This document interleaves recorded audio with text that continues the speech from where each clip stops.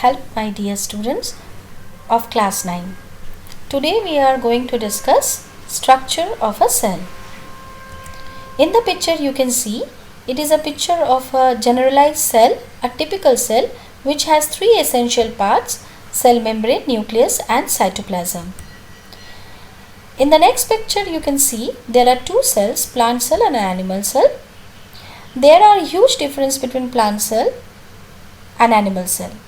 We will discuss about that after the discussion. Cell wall.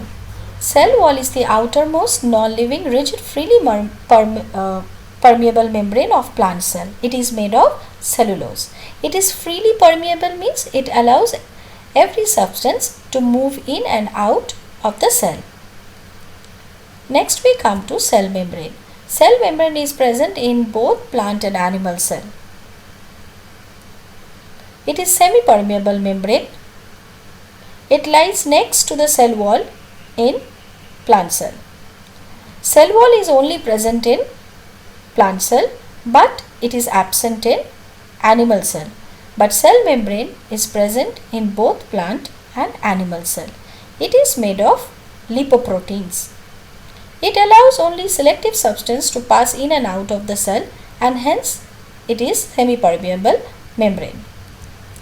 Next, cell organelles. Cell organelles are specialized subunit within a cell that has a specific function, like the organ of a body. Like that, cell organelles of a cell. Our body functions because the organ of our body functions. Similarly, the cell functions when the cell organelles are actually functioning. There are many cell organelles lies embedded in the cytoplasm. What is cytoplasm? See, in this picture you can see the semi-liquid substance. In the picture you can see around the nucleus the semi-liquid substance. It is the cytoplasm. It occupies most part of the cell within the cell membrane.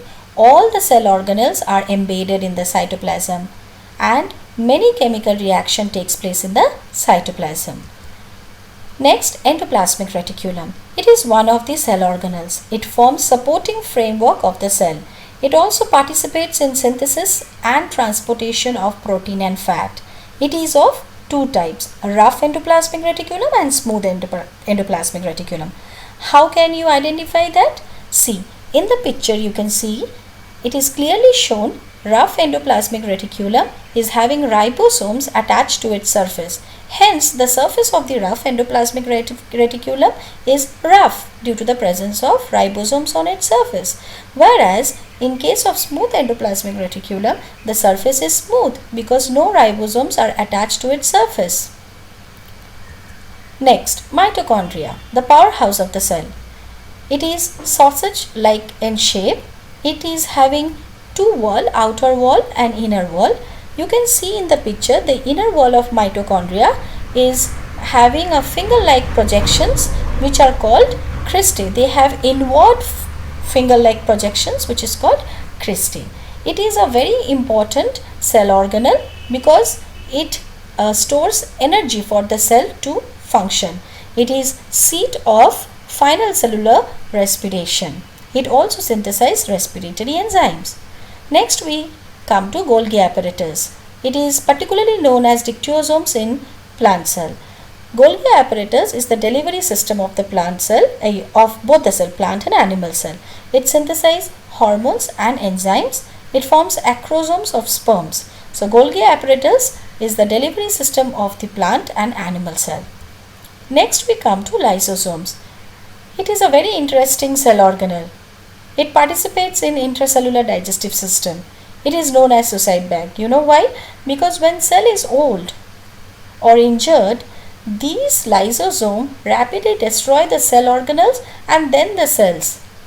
This is the reason why it is known as suicide bags. It also protects the cell by destroying the foreign harmful substance when it enters the cell. Next we come to centrosome. This centrosome is only found in animal cell. It is absent in plant cell.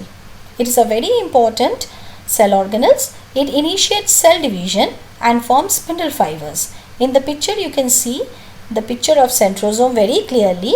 It is having microtubules, centrioles, and it forms spindle fibers from their asters. Next we come to plastid. This plastid is only and only present in plant cell. There are three different types of plastids mainly. They are chloroplast, chromoplast and leucoplast. Chloroplast contain chlorophyll, the green pigment that helps the plant to absorb sunlight and helps in the process of photosynthesis by absorbing solar energy. Chromoplast, other than green plants, we can see many other colors in plants like red, orange, yellow. These colors are imparted by chromoplast. Chromoplast is the plastid which imparts red, orange and yellow color in the plant, else than green. Leucoplast contains no pigment. It is used to store starch. We find leucoplast in roots. Next we come to the most important and largest cell organelle, that is the nucleus. Nucleus is very important cell organelle. It is said if nucleus is removed from the cell immediately dies. It helps in cellular functions. You can see in the picture the detailed structure of nucleus. It is having a nuclear membrane which is also called nuclear envelope, and it is having a semi-liquid like structure within the nuclear membrane or nuclear envelope which is called nucleoplasm. And within the nucleoplasm you can see in the picture some thin thread-like structures are present which are called chromatin fibers, and when these chromatin fibers darken and condense they form chromosomes. Next we can find some pores in the nuclear envelope.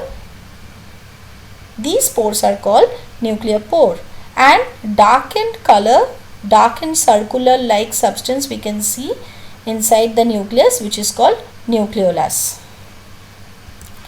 Now we come to the difference between plant cell and animal cell. Now we can conclude that plant cell has cell wall, plastid and large vacuole which animal cell do not have. Animal cell have cell membrane like the plant cell but do not have cell wall like the plant cell. It has centrosome but plant cell do not have that. Like this many more differences are there. You jot down that in your notebook. Now we come to eukaryotic and prokaryotic cells. It is very easy to differentiate between prokaryotic and eukaryotic cells. Prokaryotic cells are those cells which have no definite nucleus. Look at the picture prokaryotic cells. It is showing bacterial cell which is having the nuclear material, but the nuclear material is roughly distributed in the cytoplasm. It is not enclosed within the nucleus. But in case of eukaryotic cell you can see it is having well defined nucleus. The nuclear membrane is nicely enclosed within the nuclear membrane. So this is the difference between prokaryotic cells and eukaryotic cells. Prokaryotic cells have no well defined nucleus, but the eukaryotic cells have well defined nucleus. Today up to this. Thank you.